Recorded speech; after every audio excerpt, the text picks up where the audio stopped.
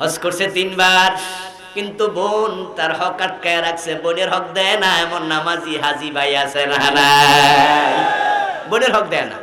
এই জালেমের সংখ্যায় বাংলাদেশে বোনদেরকে চরম ঠকায় দেয়, বরং বোনের হক দেয়াকে জরিমানা মনে করে।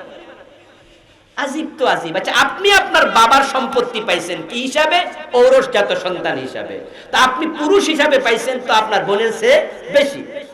ও তো পাবে ঔরসজাত সন্তান হিসাবে, ও পাবে অর্ধেক। তা আপনার জরিমানা কত? আপনার মুখ কালা হয় কেন? আপনার মুখটা কালা হয় কেন?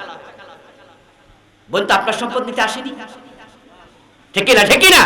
তা আপনি আটকায় রাখছেন কেন? মান কাতা মিরাসা ওয়ারিসিহি কাতা আল্লাহু মিরাসাহু মিনাল জান্নাতি। যে ওয়ারিসের মিরাস কেটে দেবে, রাসূলুল্লাহ বলেন আল্লাহ তার জান্নাতের উত্তরাধিকার কেটে দেবে। এলাকার চেয়ারম্যানের ভাতিজা, এমপির খুব কাছের লোক, দলীয় সরকারের কর্মী, এজন্য ওসি সাহেব, টিউনো সাহেবের সাথে একটু খাতির টাতির বেশি, এলাকার নেতা। তাই বাজারে আরেকজনের জায়গা 5 দখল করে বিল্ডিং বানাইলিস। এমন কিছু লোক আছে না? পয়সার পাওয়ার, ক্ষমতার পাওয়ার, আপনার পাশের জমি 5 আমি দখল করে নিলাম। আবার আপনি 5 ওয়াক্ত নামাজ কালামও পড়ে। সাবধান, আমল আপনার কবুল হবে না, বন্ধ, সব শেষ। হারাম খাইবেন, আমল কবুল হওয়া। মান আখাযা শিবরাম মিনাল আরদি যুলমা সায়ুতাওয়াকাহু ইয়াওমাল কিয়ামাতি মিন 7 আরদিন। হাদিস হলো, যে জুলুম করে 1 বিঘত জমি দখল করবে, আল্লাহ এটাকে 7 হাত বড়, 7 গুণ বড় করবে। সাইডেও 7 গুণ, নিচের দিকেও 7 গুণ। তারপরে কিয়ামতের দিন জাহান্নামের শিকল দিয়া বেঁধে গলায় ঝুলাইয়া বলবে, টেনে টেনে হাসরের মাঠে যা।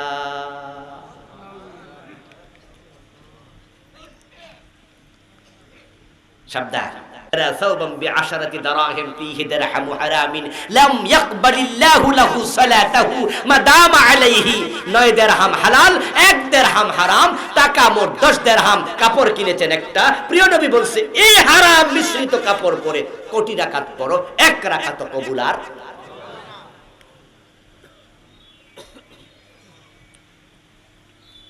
কম খাবেন, হারাম খাবেন না। উপাস থাকবেন, হারাম খাবেন না। লাভ নাই। কার জন্য কামাইতেছেন? আপনি কত খাবেন?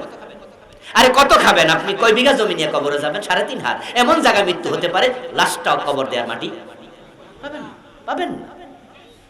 বাঘে খেয়ে ফেলে মানুষ, মাছে খেয়ে ফেলে, নৌকা ডুবে গেলে তখন মাছের খাদ্য হবেন। কার জন্য জমি দখল করছিলেন? আরেকজনেরটা। বিভিন্ন গাড়িতে আগুন লাগে, ফ্যাক্টরিতে আগুন লাগে, মানুষ জ্বলে চুরা হয়ে যায় না, ছাই হইয়া যায়, লাশ পাওয়া যায় না। ডিএনএ টেস্ট কইরা লাশ খোঁজে, তারপরে ছাই পায়। ছাই এমন গর্তে পড়ে যাবে আপনাকে সহ গাড়ি, 70 হাত গভীরে হিল ট্যাক্সে গেছেন বেড়াইতে, জীবনে লাশ তুলতেও পারবে না, মাটি দেয়া তো দূরের কথা। অথচ সামনে মানুষের জমি দখল করছে। লাভটা হলো কি? খাইলো কেডা? আর মাইরটা খাইলো কেডা? বুক করলো ফোলা, মাইয়া, নাতি, নাতকুর, অন্যরা, আর মায়ের খেতেছেন ফাও আপনি। আপনার মতো ব্যাককল দুনিয়া কে আছে? আচ্ছা, আপনারা যারা আজকের মাহফিলে আমার এখানে আছেন, আপনার দাদার বাবা কয়জনের নাম বলতে পারবেন? কয়জনের? তার বাবার নাম কে পারবেন? আমিও পারি না।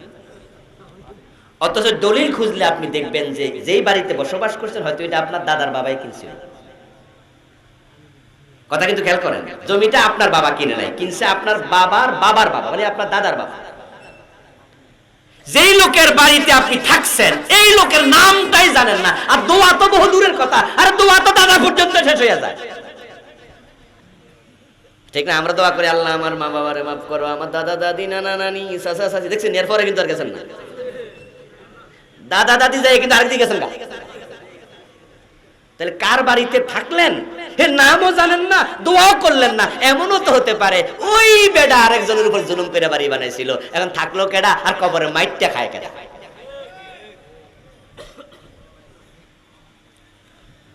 এই জন্য ওয়াজগুলো বাড়ি পর্যন্ত নিয়ে না। আল্লাহ তৌফিক দান করে, বলেন আমিন।